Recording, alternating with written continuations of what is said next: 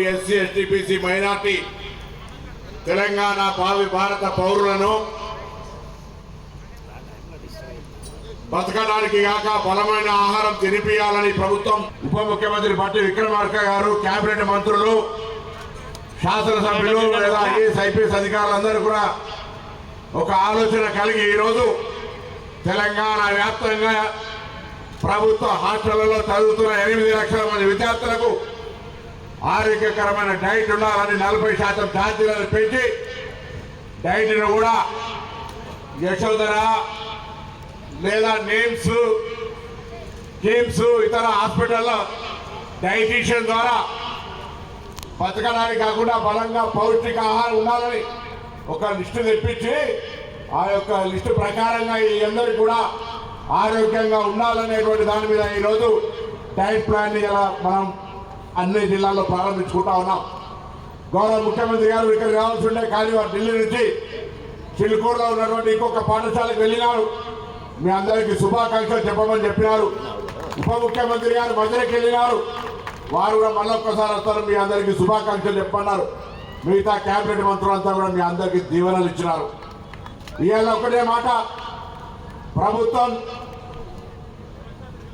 గురుకులాల్లో తల్లిదండ్రులను భావించి పాఠశాలల్లో మా భవిష్యత్తు మీదే అని ఇక్కడ చేరిన వీళ్ళందరికీ కూడా ఒక అభయహస్తం లాగా మీ భవిష్యత్తు తెలంగాణ ప్రభుత్వం అనే మాట సందర్భంగా మనం చెప్తున్నాం. తెలంగాణ ప్రభుత్వం పక్షాన ముందుగా విద్యా బోధన అందించేటువంటి అధ్యాపక వర్గానికి సంబంధించి నాట్ ఓన్లీ గురుకుల మొత్తంగా విద్యా వ్యవస్థలో 10 సంవత్సరాలు నిర్వీర్యమైతే ఆ 10 సంవత్సరాల నిర్వీర్య ప్రభావం విద్యా వ్యవస్థ మీద పడేటువంటి పరిస్థితులలో తెలంగాణ వ్యాప్తంగా ఉన్నటువంటి అధ్యాపక వర్గానికి సంబంధించి ప్రమోషన్లు ఇచ్చి ట్రాన్స్ఫర్లు చేసి కొత్త ఉద్యోగాలు ఇవ్వడమే కాకుండా ఈరోజు మౌలికంగా వాళ్ళ సమస్యలన్నీ పరిష్కరించినాం.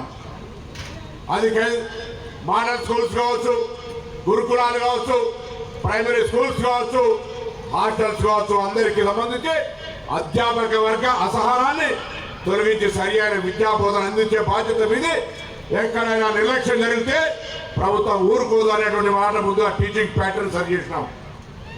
దాని తర్వాత మౌలిక సదుపాయాలు కలిగేయడానికి ఇందిరమ్మ అమ్మ ఆదర్శ పాఠశాలల కింద రాష్ట్ర వ్యాప్తంగా 25,000 పాఠశాలల మౌలిక సదుపాయాలు 1,100 కోట్ల రూపాయలతోటి కల్పించి సమస్యలు లేకుండా ఏర్పాటు చేసినాం.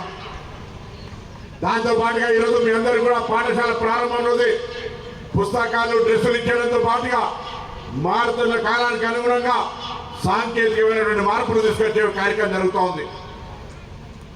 ఇవన్నీ జరిగిన తర్వాత బేసికల్ ఆరోగ్యంగా ఉండాలంటే, శారీరకంగా దృఢత్వం, మానసికంగా ప్రభావం పడకుండా ఉండాలంటే సరి అయినటువంటి ఆరోగ్యం, ఆహారం దొరకాలనే ఆలోచనతోటి ఎవరు అడగక ముందే ఉన్నటువంటి ధరలను కంపేర్ చేస్తే 40% పెంచాలనేటువంటి ఒక కమిటీ సిఫార్సు మేరకు 40% మెస్ ఛార్జీలు పెంచి, కాస్మెటిక్ ఛార్జీలు పెంచి, గతంలో సొంత భవనం ఇది కానీ వేరే కిరాయి భవనాల్లో ఉన్నటువంటి గురుకులాల లోపల అద్దెలు ఇవ్వలేదని ఖాళీ చేసే పరిస్థితి ఉంటే అద్దెలు ఇచ్చి ఇలా మెస్ ఛార్జీలకు సంబంధించిన మెస్ వస్తువులను సరఫరా చేసే వాళ్లకు 2-3 సంవత్సరాల నుంచి పెండింగ్ ఉంటే ఆ పెండింగ్ బకాయిలు ఇవ్వడమే కాక రాబోయే కాలంలో వెంటనే పేమెంట్ చేయడానికి గ్రీన్ ఛానల్ ద్వారా మీ బిల్లుల జాప్యం లేకుండా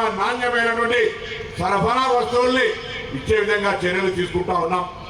ఇలా ఒకటే 10 సంవత్సరాలుగా మీకంటే ముందు చదువుకున్న వాళ్లకు సగం కడుపుతోటి తిండి దొరకక బలంగా ఉండలేక పక్క చెక్కి మానసికంగా ప్రభావం పడినటువంటి పరిస్థితి నుంచి రాబోయే కాలంలో ఆరోగ్యంగా ఉంటూ మానసికంగా బలమై తెలంగాణ భావి భారత ఒక మంచి పౌరులుగా ఎదగడానికి భారతదేశంలో జరిగేటువంటి అనేకమైనటువంటి దాంట్లో మీరంతా భాగస్వామ్యం తెలంగాణ బిడ్డగా ఉండాలని కోరుకుంటాను. ఇప్పుడే ప్రిన్సిపాల్ గారు, కలెక్టర్ గారు చెప్పినారు, ఈ పాఠశాల జూడో, చెస్, తదితర క్రీడలకు సంబంధించి ఒక వేదికగా ఉన్నది సార్ అని కలెక్టర్ గారు పెద్ద మనసు చేసుకొని వారు ఆల్ ఇండియా టాపర్ గారు ఒకసారి ఆదర్శంగా తీసుకోండి. గ్రామీణ ప్రాంతం నుంచి వచ్చి ఇవాళ మేము ముందు మాట్లాడి ఆల్ ఇండియా టాపర్గా మాట్లాడగలుగుతున్నాం. మేము గ్రామీణ ప్రాంతాల నుంచి ప్రభుత్వ పాఠశాలలు చదువుకొని ఆ కుంటున్న దీక్షతో కష్టపడితే మీ ముందట మంత్రిగా ప్రభుత్వం నుంచి జరిగే కార్యక్రమాల గురించి మాట్లాడగలుగుతారు.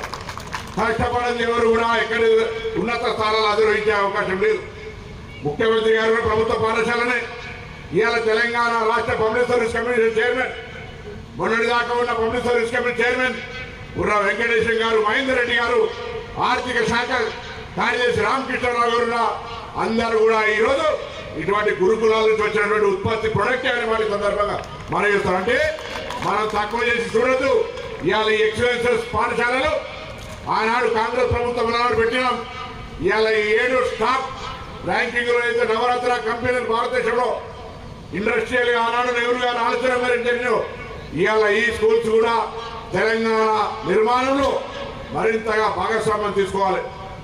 లక్ష్యాన్ని పెట్టుకోండి, లక్ష్యాన్ని చేరడానికి శ్రమించండి, లక్ష్యం వశం చేసుకుంటారు. మరిన్ని వీడియోస్ కోసం ఛానల్ ని సబ్స్క్రైబ్ చేయండి. లేటెస్ట్ అప్డేట్స్ కోసం వాట్సాప్ ఛానల్ ని ఫాలో అవ్వండి. ఆ లింక్ డిస్క్రిప్షన్ లో ఉంది.